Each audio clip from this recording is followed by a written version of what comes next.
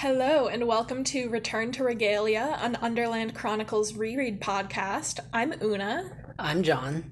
Today we are going to be covering chapters 4, 5, and 6 of the Prophecy of Bane, in which Gregor reads the prophecy, eavesdrops on Vikus and Solovet, and meets Luxa's cousins. Exciting. Are you ready? Yeah, I actually have a quick story to say about Gregor the Overlander that I had. So, at the school where I am doing practicum studying for my teaching degree, there's a library day every week. And this past week, one of my students was looking for a new book to start reading for their free read. And they wanted to get a Magnus Chase book, but they were all checked out. And so I turned them in the direction of Gregor the Overlander because they hadn't read them. Oh my god! So we are now starting. We got another student to start on a new Underland adventure. Yay, that's so exciting!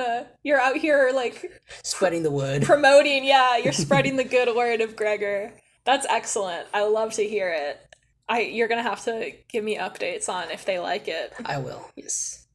Alright, so where we last left off, Ares had just told Gregor that the rats have sworn to kill Boots. Chapter 4 begins with Gregor asking why the rats would want to kill Boots. Ares says that it's foretold in the Prophecy of Bane. Gregor remembers how, back when he first left the Underland, Luxa mentioned the Prophecy of Bane, and Gregor tried to ask Vikus about it, but he didn't get any answers. Now he tries to ask Ares, and Ares tells him to ask Vikus because he's tired of being interrupted. They fly to Regalia and land in the High Hall to meet Vikus. He's happy to see Gregor and makes a comment about how similar he and Ares are, which is met with silence from the two bonds. The two are like to mix together. What's that? It's like the opposite of opposites attract. They are too similar, so they butt heads. Yeah, you're right. I think that's pretty accurate, actually. They're both very strong-willed, and they don't take shit from anyone. Both very mature, yet stubborn at the same time. Yes. Vikus tries to make small talk, but Gregor just wants to know where Boots is. I love this part because it's I think maybe the first time in the series we finally get Gregor just not putting up with anything Vikus has with his manipulative dancing around and everything. He's just no, where's my sister? You're so right. He's sorry Vikus, I can't deal with your shit today. I need to see my sister. Vikus says Marith and Luxa went to go meet the crawlers and they should all be back soon, but in the meantime, Gregor needs to read the prophecy. The three of them go to Sandwich's prophecy room, and Gregor reads the Prophecy of Bane, which I will now read in full. If under fell, if over leaped, if life was death, if death life reaped, something rises from the gloom to make the Underland a tomb. Hear it scratching down below, rat of long forgotten snow. Evil cloaked in coat of white, will the warrior drain your light?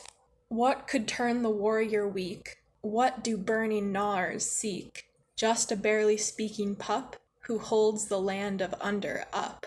Die the baby, die his heart, die his most essential part. Die the peace that rules the hour. Gnawers have their key to power. Again, we just get a lovely poem from Sandwich. I love how this is one of the few prophecy sequels that have ever been in existence. It doesn't make any sense unless the Prophecy of Grey is read first. Yeah. It's interesting because we're about to get into it, but Gregor kind of asks, why didn't you show me this before? Yeah. And Vikus is no, it only makes sense if you know how the first one turns out. It wouldn't have actually helped you to hear this one, which I am not sure is true. But Vikus just likes to keep things secret. Yes, he does. Yeah, Gregor doesn't understand any of the prophecy, but he fixates on the line that says, die the baby, and he thinks of Boots. Mm-hmm. He insists on going through the whole thing with Vikus immediately, and they start to analyze the poem.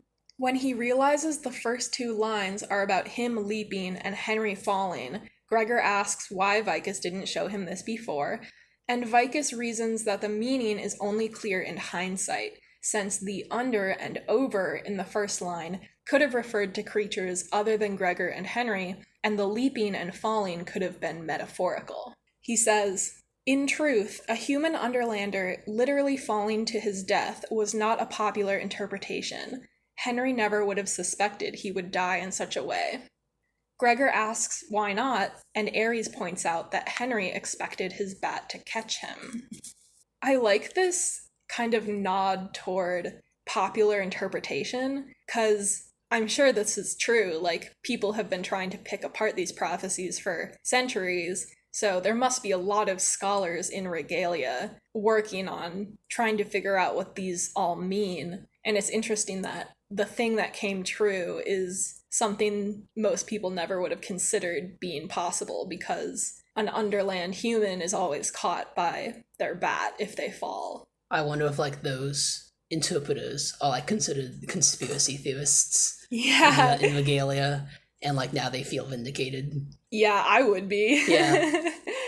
The next part of the prophecy describes the Bane, a legendary white rat of considerable strength and size. Vikus says, even when he lived in the Overland, Sandwich knew tales of the white rat. Historically, one will appear every few centuries, gather other rats about it, and create a reign of terror.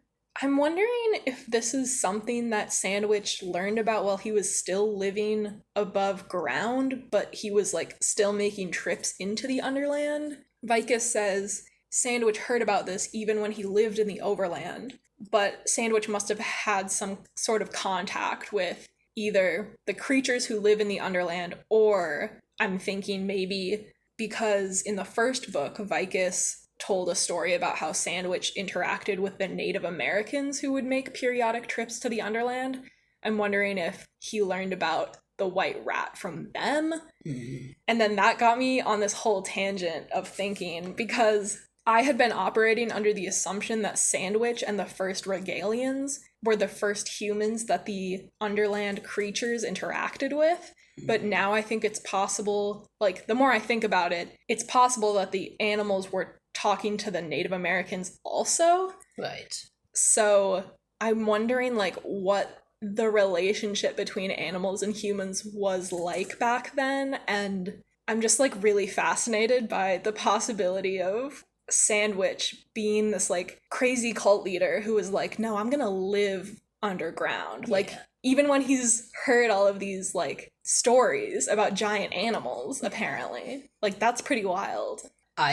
First off, I feel like it's very possible that the animals in the Underland would have been able, like, it wasn't like it was sealed up before Sandwich, so they would have been able to come up to the surface, similar to how they get up and down now, right? So, I hadn't considered the fact that the large animals would have come up to the Overland. That's cool. Because I feel like, yeah, clearly they live in the Underland, so it's not like they would be, like, regularly going back and forth, but I mean, they are, like, they all dig and fly, and I feel like they'd be able to have that adventurous nature in them. Yeah. It's a fun speculation. So I guess that's a possibility. I guess my other thing for Sandwich was, when did he start having his prophecies, his visions? Because he could have started having those, and that's how he first thought of the possibility of the Bane existing. I think that in the first book, Vikus says that Sandwich left England and came to America with his cult because of his visions.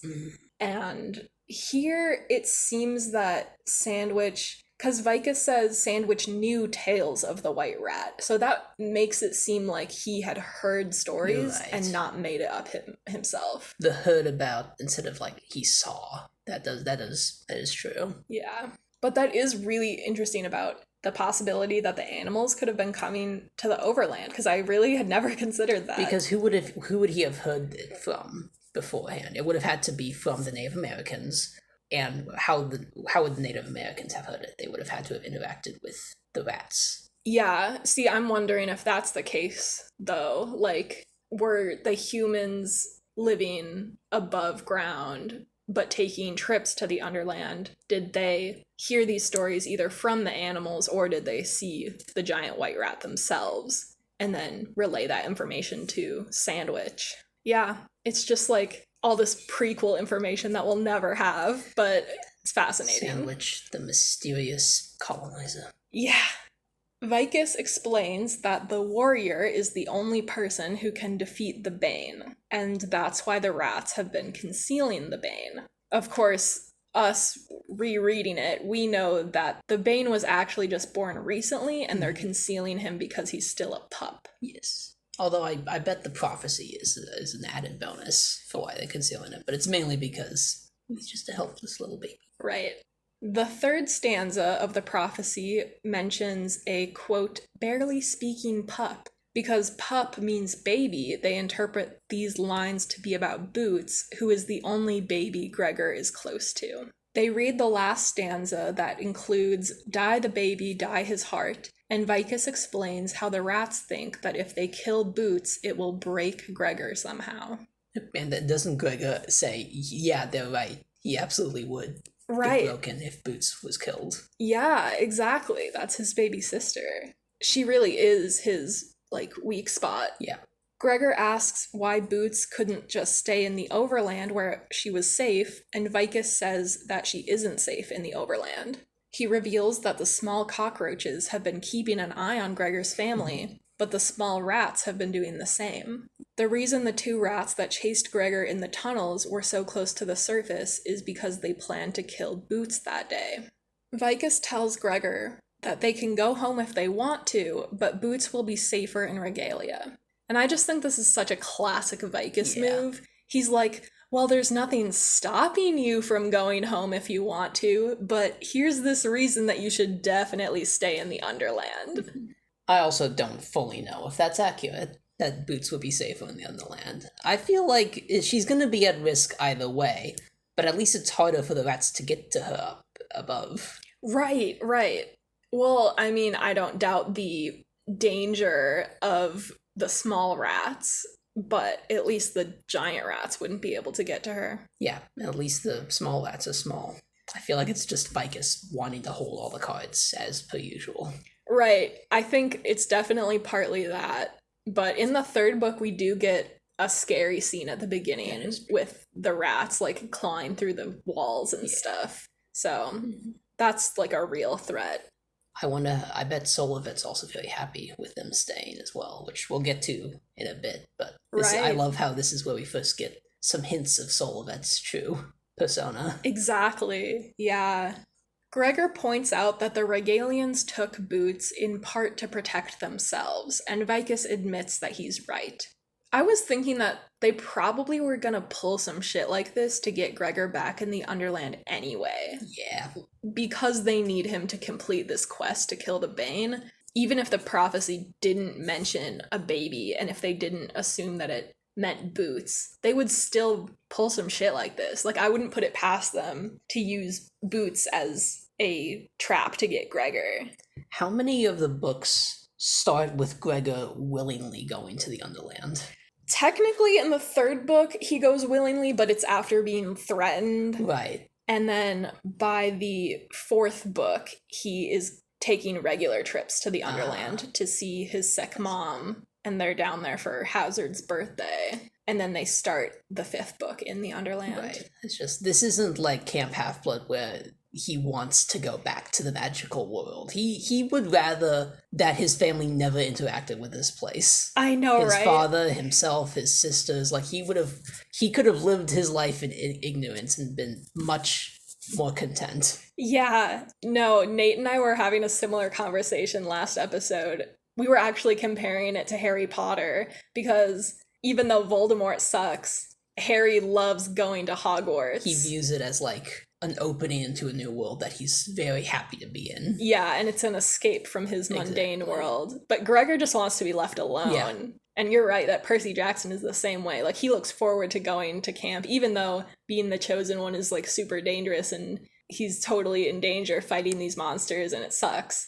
He still loves going to camp to see his friends. And Gregor is not yet at that point with the Underland. Yeah. It's like the Pevensies in the Chronicles of Narnia. Have you read the Chronicles of Narnia? I can't remember. A really, really long time ago. Spoilers, the last book has 3 of the Pevensies staying in Narnia, but one of them, Susan, does not. She leaves Narnia behind and stays in the human world. Okay. And Gregor is Susan Pevensey. He is very happy just being on, like you said, being in the mundane. Yeah, you're right. That is very Gregor to just have to return to, well, Gregor does have to return to the human world, or the overland, the mundane world, but he also would prefer it, I think. Maybe not by the last book. Right, but in the first solid half of the series, for sure.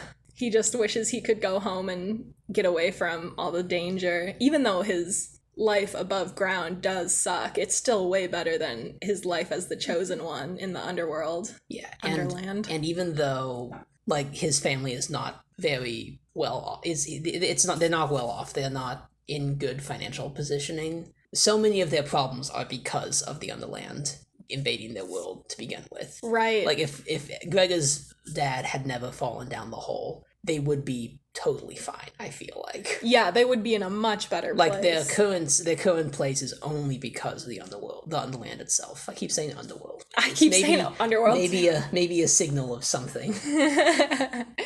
That's what we get for reading too much Percy Jackson. Yeah. But yeah, it's just usually the magical world that the child protagonist enters is, like, viewed as a wondrous thing. And this is one of the only ones where it's really not. It's much more flawed from the get-go. Right, exactly. So Boots comes in riding on Temp's back as joyful as ever. And when Gregor thinks about how powerless she is and how powerless he is to protect her, he agrees to stay in the Underland until the prophecy is complete. And that is how we end chapter 4. It takes us right into chapter 5, where Boots says hi to everyone in the prophecy room. Gregor tells Temp that he should give him a heads up next time before running off with Boots. Temp doesn't understand and asks if the Overlander hates the crawlers. Gregor tries to explain that he was just scared because he didn't know where Boots was, but that just confuses Temp more. Gregor decides to drop it and instead tells Temp he did a good job protecting Boots from the rats. I identify very strongly with Temp in this scene. Luxa appears, and we get a little description of her. Her silvery blonde hair has grown out a little. She's a bit taller, and there are circles under her violet eyes that Gregor interprets as markers of stress. She greets Gregor, and when he asks her how she is, she says she's fine and shoves at the crown on her head. Gregor doesn't think she's been sleeping well, and she doesn't look happy, but she's maintained her signature arrogant half-smile. I just realized Luxa, there's like a direct parallel of Luxa to Annabeth from Percy Jackson to Astrid from How to Train Your Dragon. You are so correct. They're all very similar in attitude. Yeah, and they're all blonde. At least in certain versions. Yeah, it's... Yeah, and they all have a... I guess I was going to say they all have a doofier boyfriend, but Gregor's not really doofy. Yeah. Gregor's kind of bucks that trend. He's a little doofy in these chapters. That's true. But yeah, you're right. I always thought that Annabeth and Luxa were very similar, and I have also thought about How to Train Your Dragon is very much like the Underland Chronicles because they're like riding around on giant creatures. Yeah. I always thought that if they made a movie about Gregor, they would have to do it in the same style as How to Train Your Dragon. Do you think it would be animated? Mm-hmm. Yeah. I mean, I also agree. That would be my dream adaptation, is like a 3D animated Gregor. Maybe not by DreamWorks, though. Yeah. I don't know if they can recapture that magic for another series. Yeah. Luxa comments on Gregor's return, and Gregor says he didn't have a choice. She says, "No, you and I never seem to have much choice." This harkens back to the argument she had with Vikus in the first book about how she couldn't abandon the quest even when she didn't want to travel with Ripred, because she has a responsibility to Regalia. I love that line. Luxa is so world-weary at this point. Yeah. She's just, like as Gregor said, she's just tired of life. Yeah, and Gregor can relate. Yeah. Yeah, I love how she is always shoving at the crown on her head. I think the line is, it's like she wanted to shove it off her head. Which she probably does, because if she did, that would mean her parents were alive. Oh, yeah, you're right. That's the only reason she has it. That's true. Well, I mean, maybe she would still be wearing it, even though, because she's like the princess. Right. But yeah, no, you're right. She wouldn't have to have all this responsibility if they were still alive. I hadn't considered the fact that some of her frustration is coming from the fact that she wishes that her parents were still around to take care of things so that she wouldn't have to. Yeah. But yeah, she's definitely feeling the stress of her position. Luxa says the Overlanders will have to bathe, dine, and sleep because Solovet wants Gregor to start training in the morning. Vikus is surprised by this, and Luxa fakes being surprised that he didn't know. So here we're seeing some of the tension between Vikus and Luxa, and between Vikus and Solovet. I won't lie also. Like, this is one of the times where I'm definitely on Vikus' side because he's against Solovet in this case. On the matter we'll cover in a bit, but it is kind of nice to see Vikus get a taste of his own medicine. Right. Of being left in the dark for once instead of the other way around. Exactly. Luxa says she'll see Gregor and Ares tomorrow on the field, and the Overlanders go to bathe. At one point, Gregor runs out wearing a towel to tell the Underlanders not to burn their clothes because they'll be expensive to replace. At first, the Underlander guy is hesitant, but he relents when Gregor suggests that the clothes be stored in the museum, which is full of Overland stuff anyway. After bath time, Gregor and Boots eat a big dinner and head to bed. Gregor thinks about how, on one hand, he's grateful for the Underlanders having rescued Boots from the rats, but on the other, he's resentful for being dragged back into their mess. Yeah. Gregor can't sleep, so he gets up to walk around the palace. He notes that all the doors to the other people's living quarters have curtains over them, and he figures it's because stone doors aren't practical, and the only wood door is the one to Sandwich's prophecy room. He passes by a curtained door and hears Vikus and Solovet arguing inside. Vikus is telling her that she should have told him about wanting Gregor to go through training, and Solovet is saying it was inevitable that Gregor learn to fight. Vikus makes the argument that Gregor doesn't want to fight because he refused Sandwich's sword at the end of Book 1. Solovet points out that the prophecies call Gregor the warrior, not the peacemaker, which is planting a tiny seed for the last book in which we hear the prophecy about the peacemaker. But right now we don't even realize it's a prophecy she's referencing, which is very cool. That long game is impressive. Again, I feel like a good chunk of these little things you're pointing out had to have been planned out. Yeah. Because they're so... They fit together so perfectly. I know, right? And I'm usually I don't give authors benefit of the doubt with that sort of thing because it's really easy to see the cracks in those long-term plans. I'm usually like, I feel like this is a happy coincidence, not with Suzanne Collins for some reason. Yeah, I feel like she really did put all of this in knowing where it was going to go. Like, between this thing about the Peacemaker and in one of the first chapters, we hear about Lizzie loving puzzles and about her figuring out the anagram of Gregor and Gorger, which ends up being how she solves the Code of Claw in the very last book. And I just think that Suzanne Collins must have had an idea of where that was going to have dropped that in so early. I'm like super impressed that she found a way to include it so seamlessly in like the beginning of the second book when it's not relevant until literally like the last half of the last book. Yeah. And not having things planned out is not at all a bad thing. Like, it's definitely, you are definitely able to adapt as you go along with writing. Like, I am almost positive Rick Riordan did not have the great prophecy planned out when he started Percy Jackson, or the fact, well, like when he has the Prophecy of Seven in Last Olympian, there's no way he had thought out what all the implications of that were. He definitely came up with some of those results as he was going along, and it still works out well. At least the Great Prophecy works out well. But it's also impressive to see the forethought that's present here. Yeah, I think I agree about Rick Riordan not quite planning everything out ahead. I mean, I don't want to like compare them, but I think Suzanne Collins does do it more successfully here, like planting all of these clues. Mm-hmm. Because I don't really feel like that's Riordan's like strength. That's not what he's trying to do, and so that means that sometimes it doesn't work out, but when it does, it's really good. Yeah, and it's the same thing with Collins. Like, I can think of other things in some of her other books where I'm like, this was clearly planned out, but I don't think the destination is justified based on the journey we got. Even though it's clear that some of the things she had were like she's publicly said, I think, that the death of I forget how have we spoiled things from the Hunger Games trilogy? Yes. Okay. Wait, before you say it, though, I will say, like, spoilers for the last Hunger Games book, if you haven't read it. Yes, you know where I'm going. Yeah. The death of Prim in Mockingjay. She has said she knew from the beginning of the series that Prim was going to die. Yes. And I am of the opinion that that ending kind of hamstrung the series as a whole, because I feel like the way things were resolved or not resolved didn't justify that death. It didn't seem a satisfying conclusion to the story. Mm-hmm. So sometimes that planning doesn't work out either. Mm-hmm. But other times it definitely does. And I think the Underland series is a perfect example of that, where having things meticulously thought out and structured can be beneficial. It just depends on the circumstance. Yeah.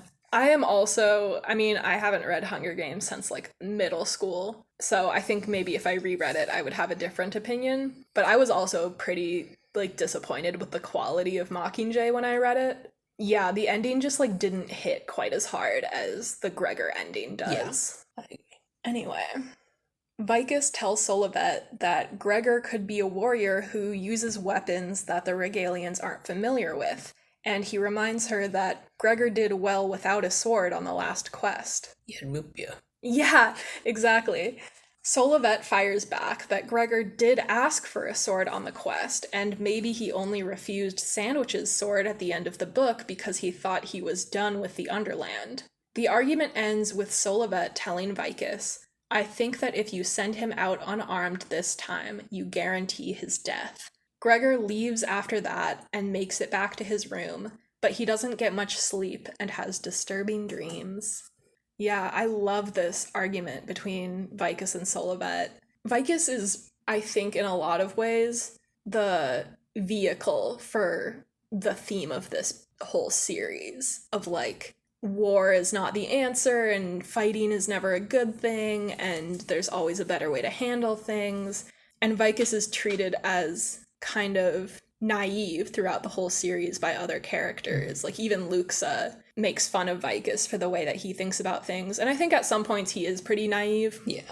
But this argument that he has with Solovet is so emblematic of the main struggle of the books and kind of the main conflict that Gregor is participating in. Because Solovet is the leader of the Regalian military, and she knows that Gregor is the warrior and has to kill the Bane, and, like, he needs to learn how to use a sword because this is the world that they live in, and this is the situation that Gregor's in.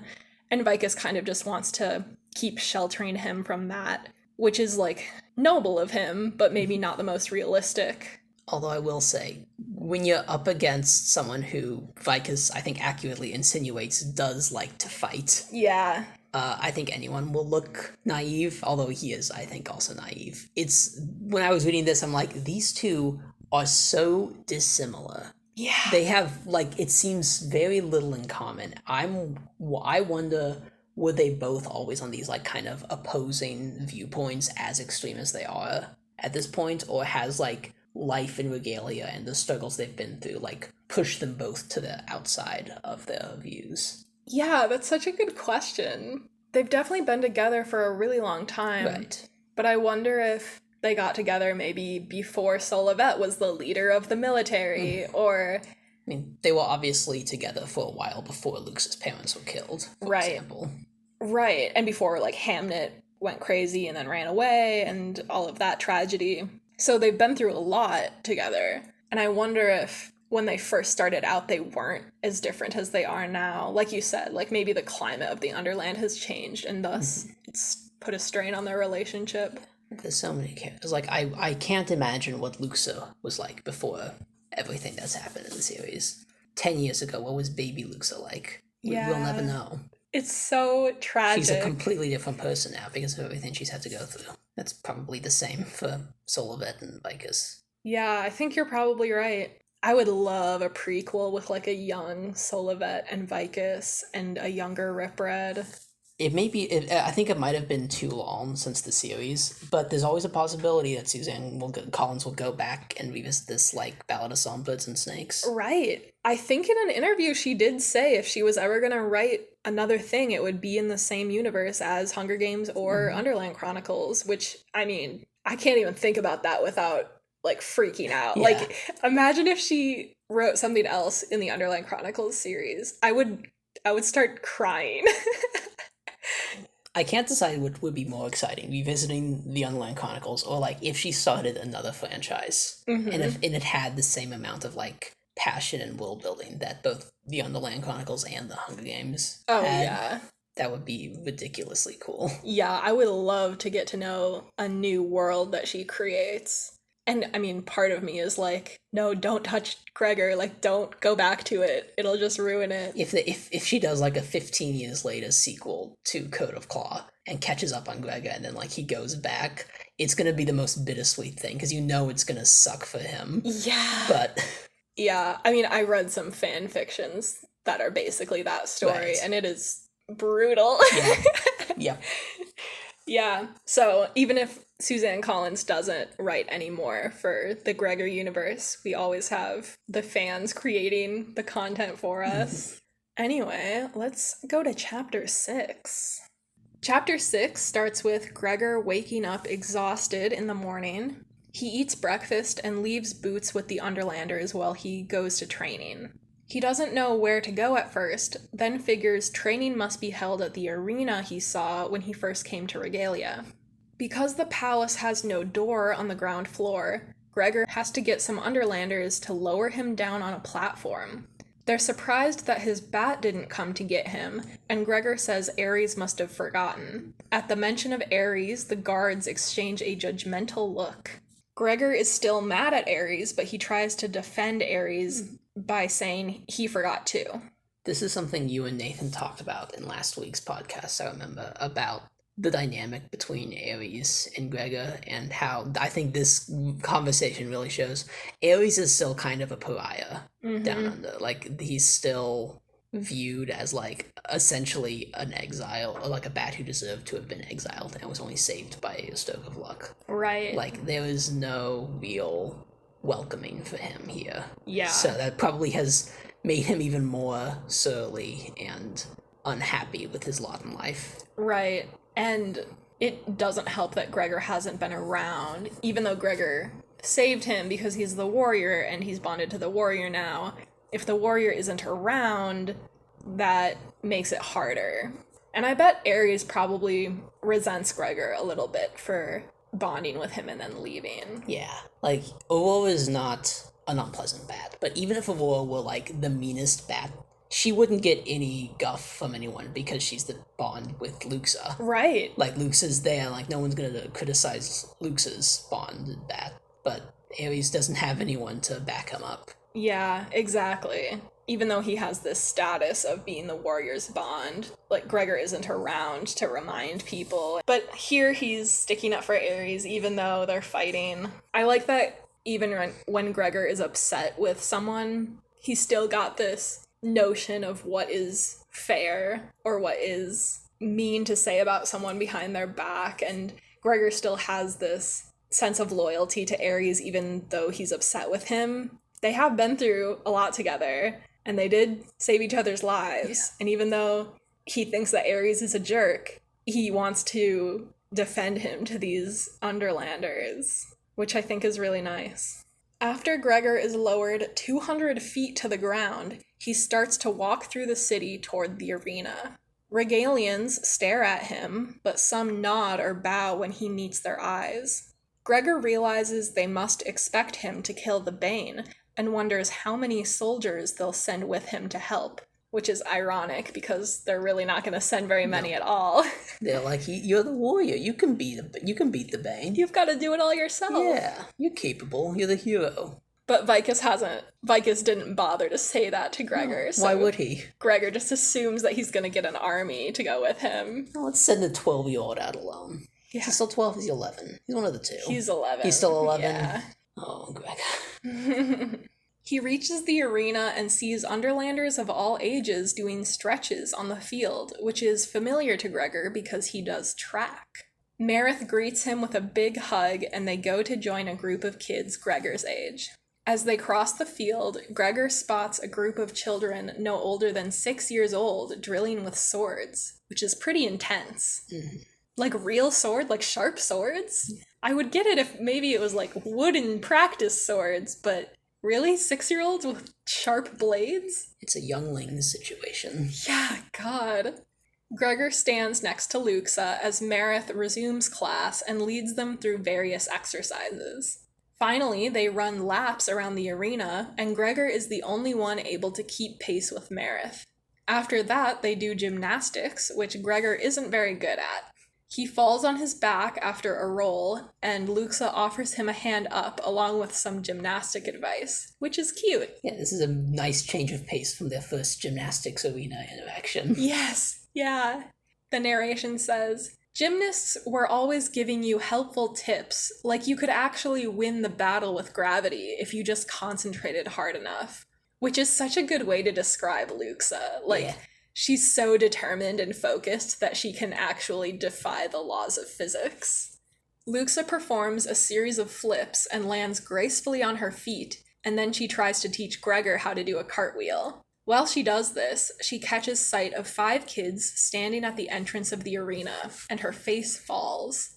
She explains that they're her cousins, but not her royal cousins like Henry and Nerissa, who she's related to on her father's side. These 5 are from her mother's side, and Luxa says they aren't royalty, but they really wish they were.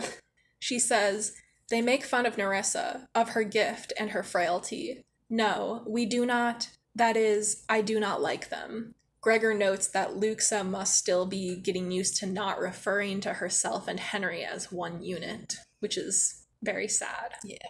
Luxa greets her cousins and introduces them to Gregor, and we get brief descriptions of them. Howard is around 16 and looks like he works out a lot. Just a side note, Howard is probably tied for my favorite character with Marith. If I recall correctly in the future, like, he's just kind of the normal one. Yeah. Like, he's the one who's like, oh my god, you little snots, my siblings, they're so mean. Yeah. That's the impression I got when I was rereading it here. Yeah, so. Howard is such a good guy. He kind of steps up as a brother figure to Luxa in later books. Which, definitely a step up from Henry. Yeah, he's like a Henry upgrade. He's kind of a parallel to Henry in a lot of ways as like an older cousin, but he's much nicer. Yeah. Solovet is around 13 and is very pretty. Mm-hmm. Hero and Kent are younger twins, and the youngest is a 5-year-old girl whose name sounds like Chimney. I think it's funny that we never actually learn this girl's full name. I was going to ask about that, because I don't remember, because not all of these cousins get, like, much in the way of characterization in the series, but I don't remember... I remember Howard, but I don't really remember Solovet, and so I definitely don't remember Chimney. Yeah, I think all of these cousins except for Howard, we never see them again after this scene. Mm-hmm. I think this is literally the only time they show up. And Chimney, Howard at one point later in this book refers to her as Chim, but we never learn her real name. Maybe her name really is Chimney, and Gregor just thought he had misheard because who would name their kid Chimney? Right? I wonder if we could figure out what it is. Like, if there's any other, like, Old English names that start with Chim or sound similar to Chimney. Yeah, I wonder if there's any, like, Shakespeare characters. I'd need to do some research. Howard greets Gregor politely, but Solovet ends up making a cruel comment about Henry. She says, "Luxa is something of an expert on rats, no matter how many legs they have." The narration says, "Gregor knew kids like that. Kids who would take something really awful in your life and use it against you. And there was nothing you could say about it because the thing was true." That's just, like, so real. Yeah. We all know a kid like this. Yeah. They do it with a smile on their face. Yeah. Solovet is so, like... the whole time she's just like got this sweet little voice. I mean, the audiobook gives her this like sweet voice, and she's just acting so friendly and making these jokes, but in reality, she's being super cruel. Howard is embarrassed by Solovet, but she and the twins are amused. Gregor asks where they're from, and we learn that the cousin's father is in charge of the Fount, which is a kind of suburb of Regalia. I was thinking that their dad must be another one of Luxa's mom's brothers, along with Hamnet, because Luxa is royal on her dad's side, and that's the side that Henry's on. But then Vikus and Solovet's children are Judith, Luxa's mom, and Hamnet, and I'm pretty sure Howard's dad or mom, I guess. It could have been either of them, but I think it would make sense if, like, Judith came from the family that runs the Fount and then married into royalty. Like, that seems like something that they would do. Like, oh, like, this princess can marry into the royal family. That just seems very, like, old English royalty to me. Yeah, because Luxa she says they're not royalty. Yeah. But maybe that just means they weren't born into it. I think that she means that the king of Regalia was her dad, and the Fount has their own government. Like, Howard's dad runs the Fount, and he's not the king of the Fount, but he's, like, I guess a lord or whatever you would call that. A duke? A duke. For some reason, I had thought that Judith and Hamnet were the only siblings, but I guess they had another sibling who is one of Howard's parents. Gregor asks if the Fount deals with many rats, and Solovet tries to say they're afraid of their fighting abilities, but Howard admits there's no reason for the rats to invade. Gregor asks if Solovet has ever even seen a rat, and when she insists that she has, Chim points out that that rat was dead. Gregor 1, Fount cousin 0. Yeah, it was a satisfying conversation. I know, right? I like the solidarity that goes and goes between Gregor and Luxa, too. Yeah. I like how Gregor just immediately, I mean, Solovet makes her nature pretty clear, but Gregor doesn't even trust Howard in this moment, even though Howard is being polite, because Luxa said that, like, she doesn't like them, and Gregor is immediately on her side. Like, yeah, if you don't like these cousins, I don't like them either. I'm with you. Yeah. Like, I trust you that they're terrible. So Gregor's just, like, ride or die with Luxa right now.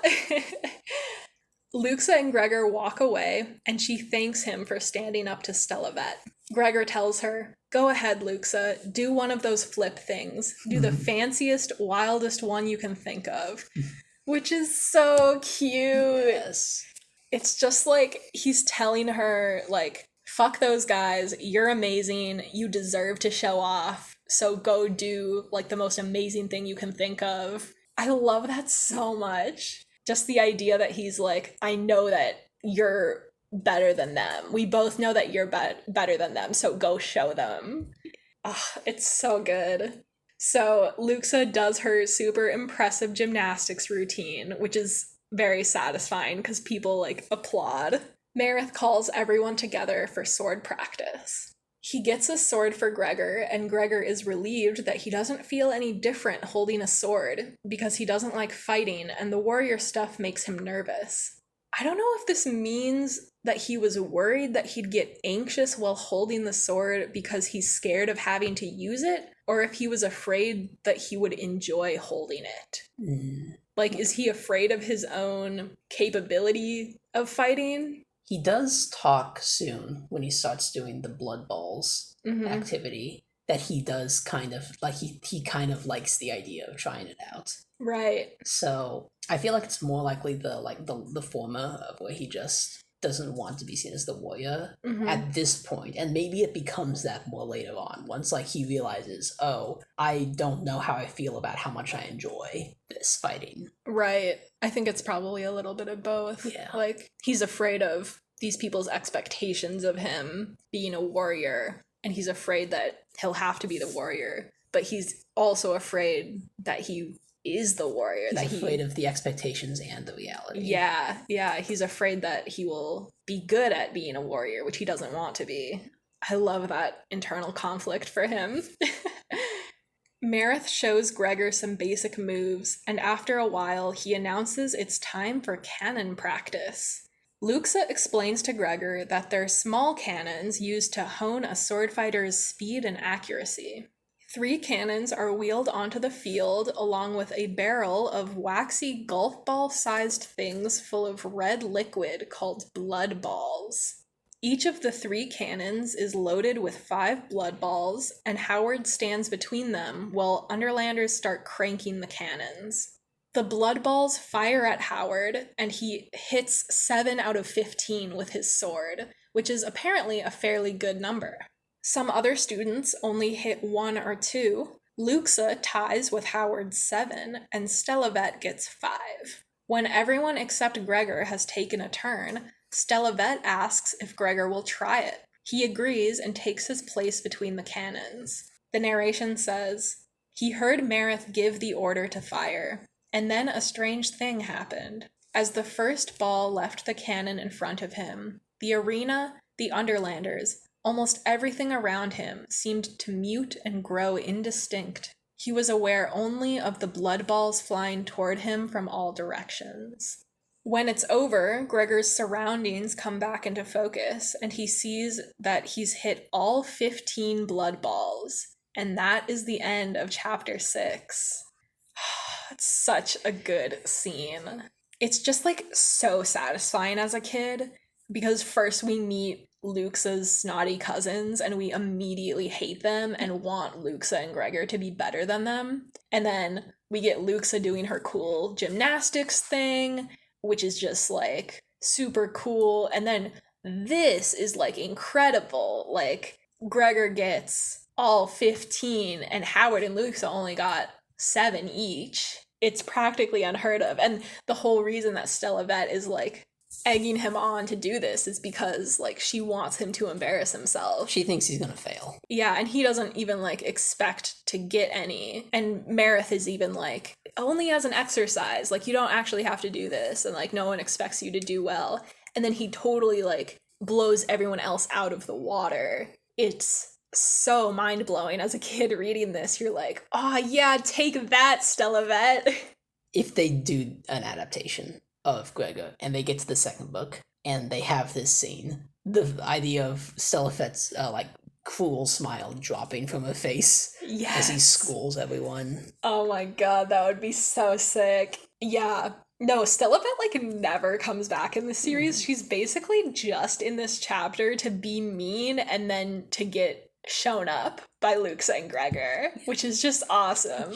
I mean, I guess, yeah, there's not really a ton of narrative purpose to her, besides this moment of glory. Yeah, and it really is glorious. Yes. Like, this is one of my favorite scenes in the whole series. Like, I talk about some scenes in this series just being so evocative and, like, iconic, and this is definitely one of them. This is a scene, like a quintessential Underland Chronicles scene to me, is Gregor hitting all 15 blood balls. It's just so impressive. It's such a good twist, and it foreshadows so much that's gonna go on later in the series. It's just awesome on all levels. I'll never get enough of this scene. I love to read it every time. I think Gregor's gonna have a sword for his quest after this. If there was ever any doubt, it's dissipated now. Yes, he is no doubt the warrior. Not just any warrior, he is the warrior.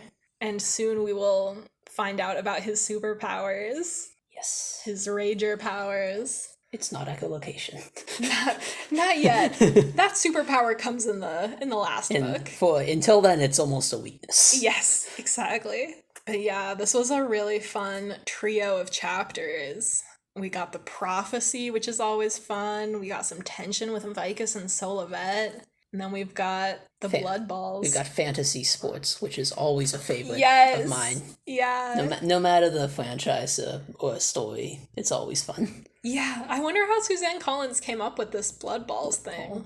I wonder, I mean, this could be a thing that real people do. There's definitely... What does Gregor compare it to? He compares it to another activity that he's done. Was it ski? It wasn't skeet shooting, was it? It was a different... It was a different, like, sports activity that he'd done before that he enjoyed. He says that it's like the carnival games that he plays where you have to, like, knock over bottles with a baseball or something. But it's, like, actually way harder when you're actually doing it, but it looks easy. And that's why he's like, well, it looks fun and I'll try it, but I bet it's going to be way harder. Yeah, and it wasn't. Yeah, it really was that easy. Yeah. It's also so interesting how much quicker the jump into the mission is in this one compared to the first book. Right. Like, there's no more real need to set up anything, so they can start on the questing a lot quicker. Yeah, it's like Boots is kidnapped, we're in the Underland, we've got the prophecy right away, we're analyzing it right here in the prophecy room, and we are going into training. It's really quick compared to the first one, I think, because there's a lot of Gregor has to try to escape first in the first book, and then we have to go to the different creatures' lands to gather all the help for the quest. They have to establish about Gregor's dad being kidnapped by the rats. Right. And this one, they can just cut to the chase. Exactly. I really like it. The middle 3 books are really my favorites in the series. I think I mentioned this when I was first reading the books. I'm of the opinion, this is one of the only series I've read where I think each book is like, I like more than the previous one. Yeah. Like, I think they just get better and better. And so, I don't know if Code of Claw is still going to be my favorite after the reread, but that was how it was. But then, like, even the first book, which I like, they just keep getting more and more captivating because it just keeps getting more and more growth and, like, planning out of how the missions are structured, and the stakes just get higher and higher, and it's such a thrill. Yeah. But for now, thanks so much for joining me, John. Yes, of course, as always. Next week's episode is going to cover chapters 7, 8, and 9. Don't forget to follow us on Tumblr, Instagram, and YouTube at Return to Regalia. If you have questions, theories, or things that we missed, send them to us at returntoregalia@gmail.com or drop them right in the YouTube comments. Thank you for listening, and until next time, fly you high.